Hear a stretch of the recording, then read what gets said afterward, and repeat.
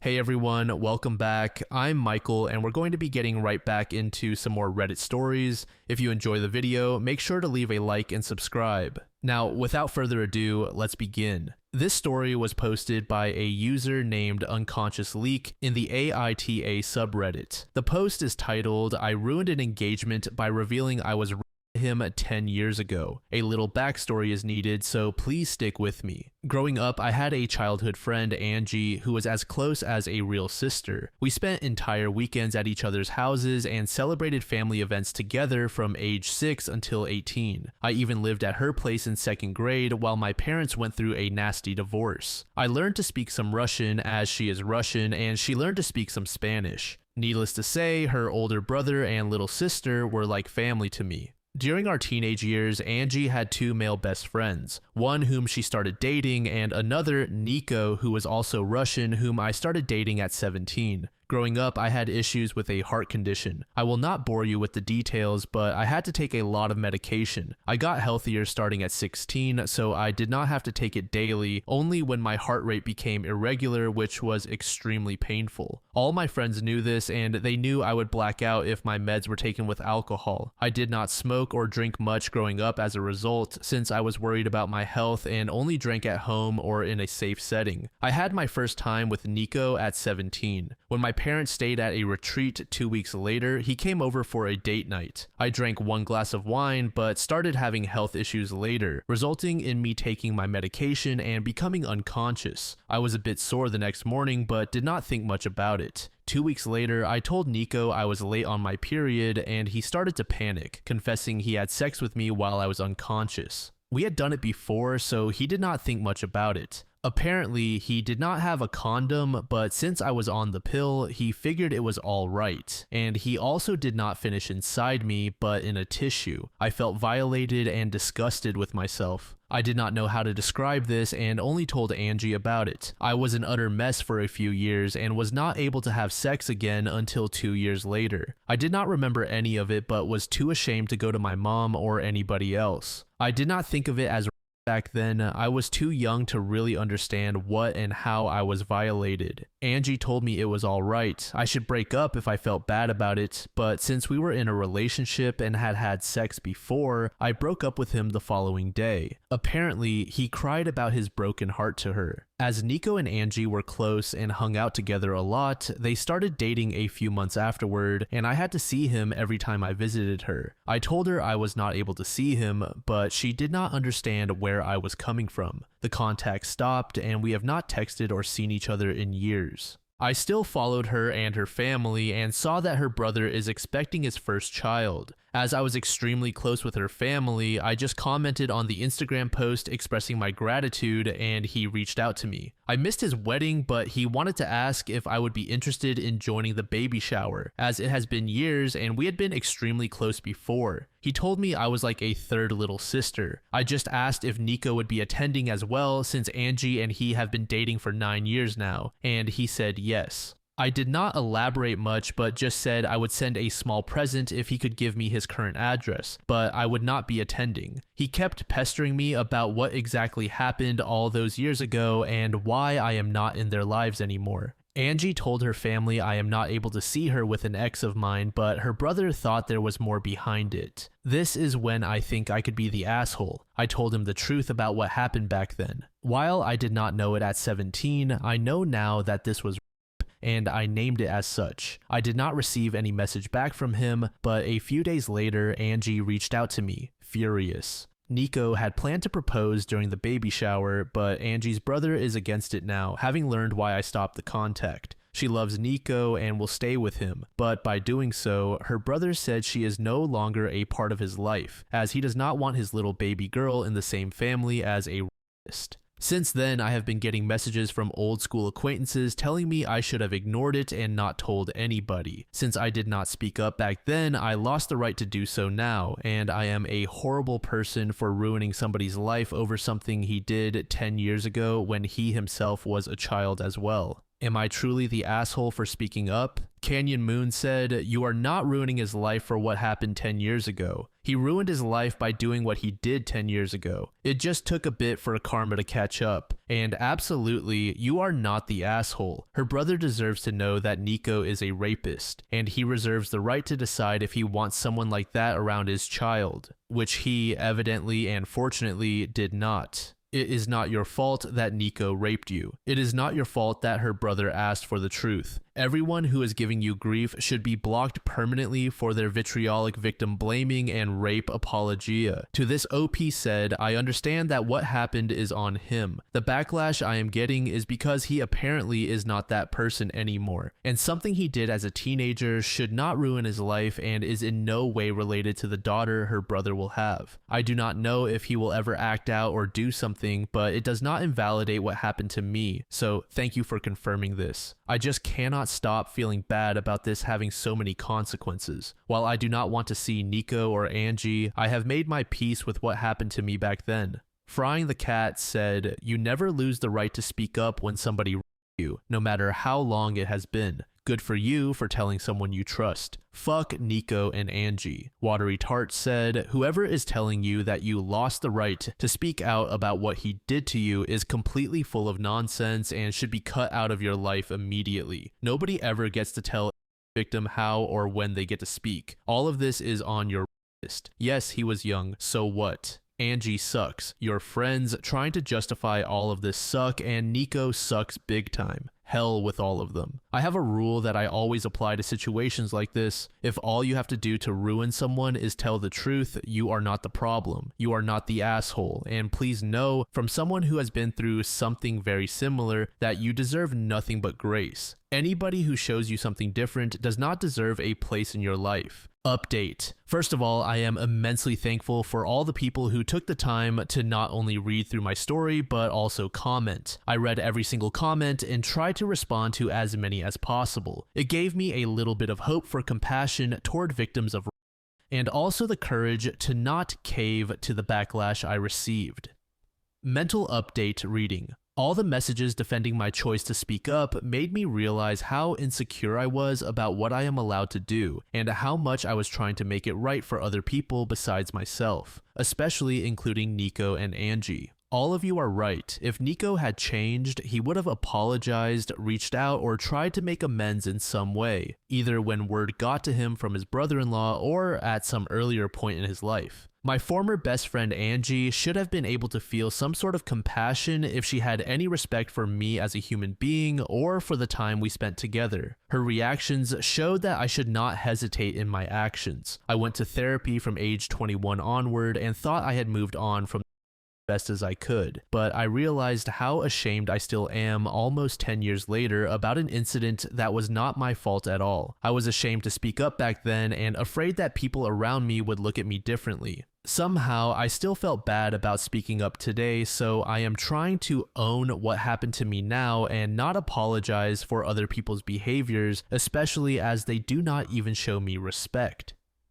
What happened since then, I archived every nasty message I got on WhatsApp so I would not have to read them, but would have proof if needed at a later point. Angie's mom called me the day after the incident, crying. I should not have answered the phone, but during the 10 years of friendship, I saw her as an aunt, almost a second mom. She always joked that while her children would run around the house doing whatever, I would always take the time to drink tea and talk with her, showing her more love and time than her actual children. While she said she was sorry for what happened and for what I went through as a child, she could not believe that I would ruin Angie's happiness over something like that. With Angie's brother refusing to have Nico as part of the family and Angie standing by Nico's side, it has divided their family and she is heartbroken. She has grown to love Nico like family as well and has known him as nothing more than a considerate young man who she believes will make her daughter happy. It was not nasty names or angry talk, just a heartbroken mother who pretended to acknowledge my pain but saw the fault in me. Angie's mom tried to get me to apologize or to take it back, but I refused as I do not see the fault in me. With everything that has happened, I believe that Nico has not changed and is just hiding it better somehow. He can see how people are standing by him and supporting his behavior, so he will not have to change.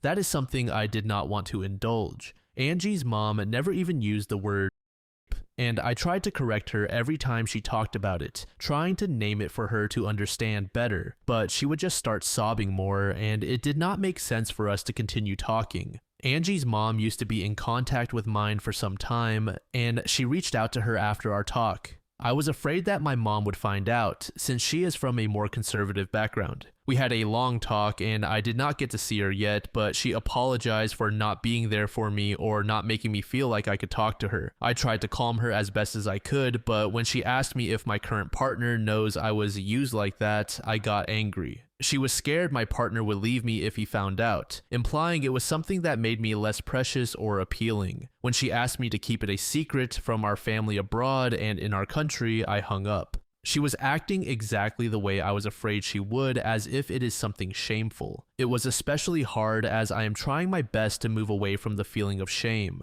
She has since apologized, but it is clear that her view of me has changed. I do not yet know how to deal with it, but that is something to worry about in the next few weeks. As some of you suggested, I wrote Angie's brother Sven again and apologized for the mess, but I am glad that it is out in the open and how proud I am that he is defending his family. I asked if his old email is still working, as I would just send a gift card. He did not respond, but I got a message from his wife 2 days ago. She thanked me for speaking up and informing them about Nico. There were apparently a few moments that made her uncomfortable, and in retrospect, she can see why. Sven apparently informed her the moment he got my initial text, and both of them have since seen Angie, but not Nico. She refuses to be in the same room or house as him, and the same goes for their unborn daughter. Sven and Angie's mom have been at their place multiple times to beg them to forgive Nico, and Sven caved a little. Angie and Nico will get married, Sven will attend, but his wife will not. Nico is allowed in the family, but not in contact with either Sven's wife or daughter. Those restrictions are not for Angie. Sven was suffering, trying to ease his mother's worries, and is not able to take a stand and cut them out completely. This is a compromise they made without his wife's approval, and she told me she is trying her best to cut them out of her life indefinitely. She wanted to move back closer to her family as well and thinks this is a perfect opportunity, but is not sure if she can follow through. Sven's wife told me she is terribly sorry for all the issues that came my way, and it has been a lot trying to handle the situation on their side. Sven knows it is not my fault, but he does not want contact. It is hard for him to talk or see my name because even though he knows I am not the guilty party, in some way I was the bearer of bad news and he sees me as the start of all this drama. She told me a few times that neither of them believe I am the bad guy. They are just tired with everything and it has been extremely hard on them. That is all that has happened so far. I am frustrated about how everything has turned out. It feels like Nico will just continue with his life without having to be remorseful. I did not want him to suffer, but I think some part of me wanted to at least receive some kind of apology for all the suffering I went through afterward. I am having to deal with my mother and her changed, shameful view of me, and even though I am happy it is all out in the open, it is extremely hard to stand by my choices. My partner and my best friends have both been my shoulder to cry on during this ordeal. Especially my best friend was enraged on my behalf, and I am extremely grateful to have both by my side. Right now I am just emotionally drained, but I am sure it will be better once a few weeks have passed. Update 2. My first post was 3 months ago, and this one will be my last update for now. It is not a good one, but I sincerely wish to leave it all behind me. That includes distancing myself from this Reddit account. These posts help me let go of my anger, similar to a journal, and I am grateful for all the people who are enraged with me. I hope to open this account again someday with a final happy update, but for now every little notification is a reminder of the anxiety I am still dealing with, and I do not have the energy to deal with this topic outside of my therapy anymore. Short summary for those who do not want to read the old post.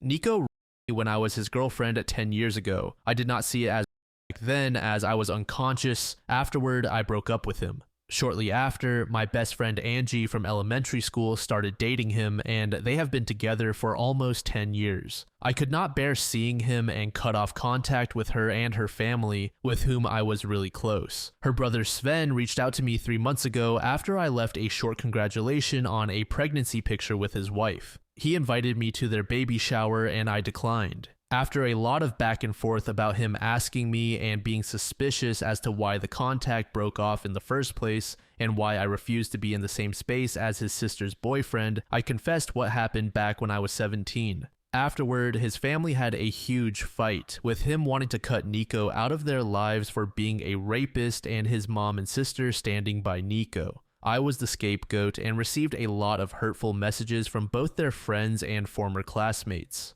They called me out for ruining a man's life based on a childish mistake, and even Angie's mom reached out to mine. I was left to pick up my life, my mom being more ashamed than understanding, and started therapy again. I removed almost everybody tied to that incident and only kept contact with old classmates who sent me messages of support. I work in a very specialized field. To get the proper qualification, it takes on average 6 to 8 years. While it is not very competitive, not a lot of people choose this profession and it is highly sought after. My current company paid for my master's and my extensive course as preparation for the bar exam, and I've been doing well there. My HR department called on me 2 months ago, apparently having received a lot of outside calls from Angie's mother and other relatives saying I am involved in a Me Too scandal and am a liability for the company as I do not have issues ruining the lives of men. How they could imagine this could change anything, I do not understand. I work for a global company. They have known me for years. I never had any issues prior, and quite frankly, they do not care.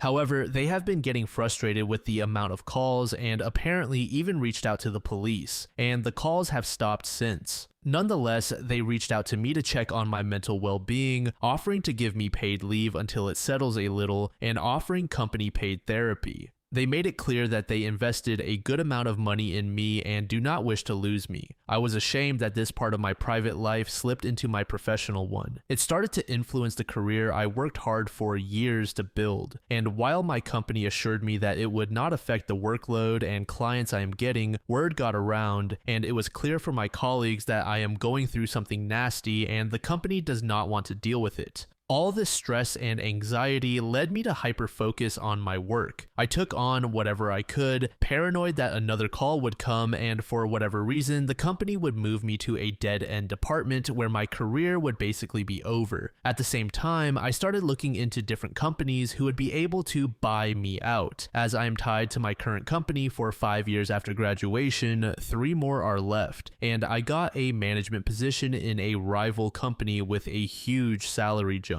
I could not be happy about it. I was just relieved I would not get the pity looks from my colleagues anymore. I went to the police with all the hateful messages and the HR protocol with the call history and got a restraining order for Angie's mom.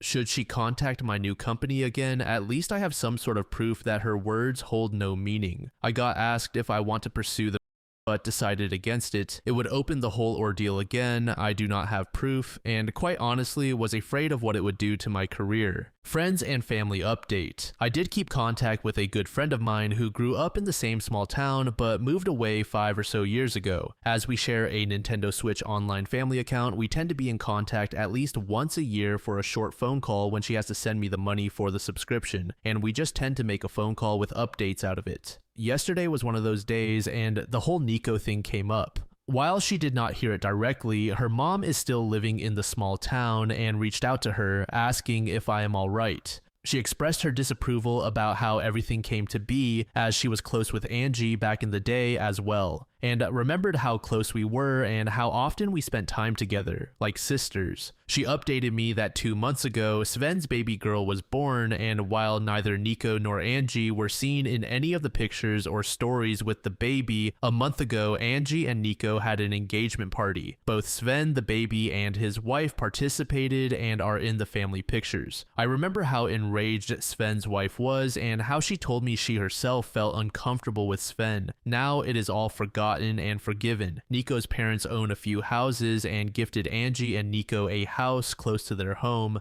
and Sven and his wife apparently bought a house in the same street. It is as if nothing happened at all. Listening to my friend telling me the updates, I am honestly not sure if I should have asked her not to tell me anything. My feelings.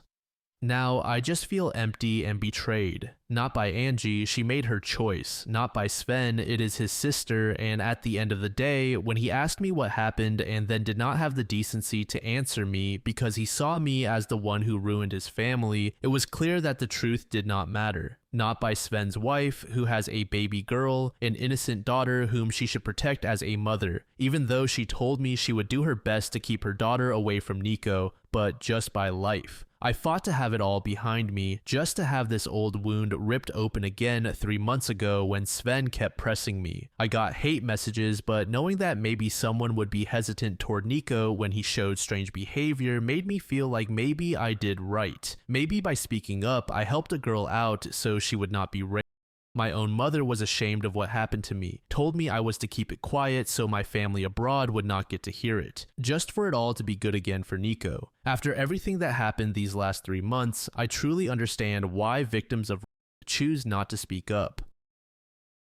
This next post was made in the relationship advice subreddit by a throwaway account. The post is titled, "I left my wife after she kept making comments about me not being manly enough. We had been together since we were 18. She was my first everything, whereas she had been with a few people before me. We have an 18-year-old daughter together who is an amazing, brilliant, and kind person. I could not have asked for a better kid. The last few years, my wife had been making the odd comment about my manliness, and I just brushed it off, but she really stepped it up over the last year, and I ended up leaving her about 3 months ago over it. I do not want this to sound like a humble brag, but I do think I am quite manly while also just being a normal person. I am tall, work out a few times a week, I can do any do-it-yourself jobs around the house, I can fix cars, I used to be an amateur boxer and cage fighter and still do it as a hobby to keep fit. The things she said that are not manly about me are, I like to bake, I like to cook, I do not drink, I do not care if other people do, it is just not for me. I like Taylor Swift, Charlie XCX, Ariana Grande, Sabrina Carpenter, and so on.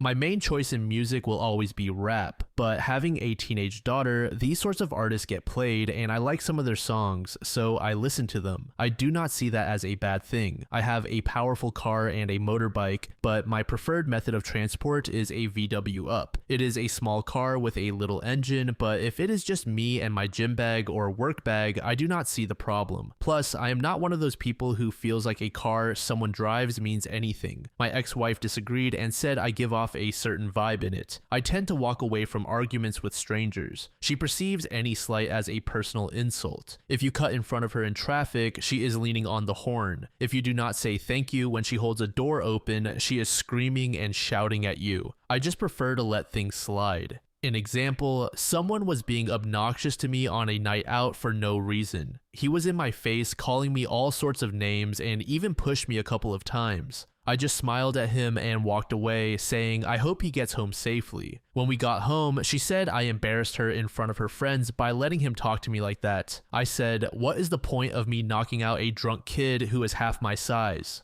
She said I am a doormat for the world. There are a few other things, mainly connected to stuff my daughter and I have in common around stupid social media videos. She said it is like living with 2 teenage girls. In September, I left her. I said I cannot be spoken to like this anymore and be belittled. It is not fair. Even then, she had a dig and said a real man would change. She has changed her tune since and said she is willing to go to therapy, both individual and couples, and try to sort out her issues. I do not know if the cuts from things she has said are too deep though. Since I have left, I have felt more relaxed and happier. I do not have to worry when I put a song on or want to bake a cake or cook something a bit different what would be said, etc. At the same time though, it is scary as she is all I've known, and being alone and meeting new people scares the life out of me, as I have never done that before. Everything is telling me I am on the right path now, but I have a niggling doubt in my head that all those words she spoke about me are true, and I am an annoying person that will be alone forever. Update. Hi all, I received a lot of love on my first post and had a few people ask for an update, so here we are over 3 months later. First and foremost, I did not get back with her, and the divorce is now in motion. Our daughter is very understanding and says I seem a lot happier and more relaxed. My ex-wife kept asking me back until about a month ago when she announced she is seeing a 23-year-old. When I felt relief rather than hurt or jealousy, I fully realized I am over her. Not really much else to report. I am still baking and cooking and boxing and cage fighting. I've got tickets to go see Sabrina Carpenter with my daughter, and we also got tickets to go see Kendrick Lamar. So I still like my rap and my teen girl pop. I also want to say a big thank you to everyone who commented and messaged me after my last post. You were all so sweet, and it was both humbling and gave me a massive big head. Thank you all. SWC said, I predict the wife's life is about to implode. To this objective evidence said, she already has. She is dating someone who went to school with her daughter. Amplified Soul said, so this guy is in his 40s, in shape from all the exercise, cooks, is handy, not insecure about his more unconventional tastes, a good father, and he can hold his temper when someone gets aggressive in his face. Bro is going to find out soon enough just how much of a catch he is. Thank you so much for making it to the end of the video, and thank you also to partner of the channel, GamerSupps. Use code DLAM to support the channel and get 10% off of your purchase, link in the description. I'm sure many of you like me have a hankering for daily caffeine, so go check them out. Lately, I've been a big fan of Titty Milk and Acid Rain, but they've got dozens of other flavors for y'all to try out. Anyway, thanks again for reaching the end, and I hope you all have an amazing passage of the next 24 hours.